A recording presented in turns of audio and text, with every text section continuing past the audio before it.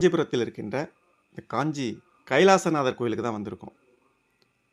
இந்த கோயில் முழுக்க முழுக்க எம்பெருமான் சிவபெருமானுக்காக அர்ப்பணிக்கப்பட்ட ஒரு அற்புதமான பழமையும் சிற்ப கலைநயமும் கலந்த ஒரு வரலாற்று சின்னம் இந்த கோயில். இது காஞ்சிபுரத்துடைய மிக பழமையான கற்கோயில்களில் ஒன்று. இந்த கோயிலை கட்டியவர் பல்லவ மன்னர் நரசிம்மவர்மன். அந்த நரசிம்மவர்மன் எந்த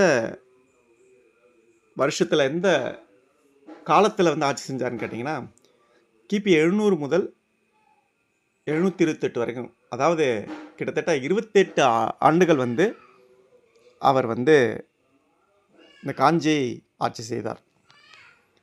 அவரது ஆட்சி காலத்தில் தென்னிந்தியாவில் கலை, கட்டிடக்கலை, சிற்பக்கலை இதெல்லாமே மிகுந்த வளர்ச்சி பெற்று காணப்பட்டது. அது மட்டுமல்லாமல் காஞ்சி கைலாசநாதர் கோயில் தான் சிவபெருமானுக்கு அர்ப்பணிக்கப்பட்ட முழு முதல் கற்கோயில். இந்த கட்டுமானம் முழுக்க முழுக்க சுண்ணாம்பு கல் கொண்டு தான் செய்யப்பட்டது. இந்த கோயிலுடைய பிரதான சந்நிதியில் யார் இருக்குதுன்னா, சிவபெருமான் கைலாசநாத சுவாமி தரிசனம் அளிக்கிறார். அவருடன் வடக்கு பக்கத்தில் உமாதேவி அம்மன் தனி சன்னதியில் இருக்கார். இந்த கோயிலுடைய விமானம், அதாவது சிகரம் பார்த்தீங்கன்னா 16 அடுக்குகளை கொண்டது. அதுவும் குறிப்பாக கைலாசம் மலையுடைய வடிவத்தில் இது வடிவமைக்கப்பட்டது. இங்குள்ள சிற்பங்கள்லாம் பார்த்தீங்கன்னா மிக மிக நுணுக்கமானவை. இங்கே எந்த ஒரு சிற்பத்தை பார்த்தீங்கன்னா அதில் மிகப்பெரிய ஒரு வேலைப்பாடு இருக்கும். நீங்கள் இந்த சிற்பத்தை எங்கேயுமே பார்க்க முடியாது. அந்த மாதிரி ஒரு அற்புதமாக இந்த சுண்ணாம்பு கற்களில் செதுக்கப்பட்ட சிற்பங்களை நீங்கள் பார்க்க முடியும்.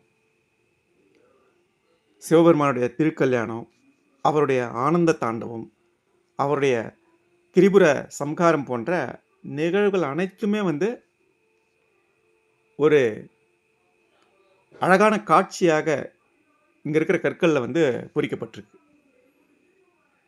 ஒவ்வொரு கற்களோட பணியிலும் போய் பார்த்தீங்கன்னா அப்படியே அந்த சிற்பத்துக்கு உயிர் இருக்கிற மாதிரி நமக்கு தோன்றும். அந்த அளவிற்கு இந்த உயிருடன் கலந்து இந்த சிற்பங்களை வடிவமைச்சிருக்காங்க.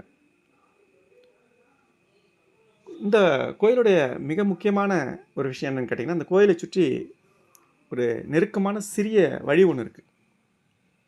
அந்த வழியில் ஒருவர் மட்டுமே குனிந்து ஊர்ந்து தான் போக முடியும்.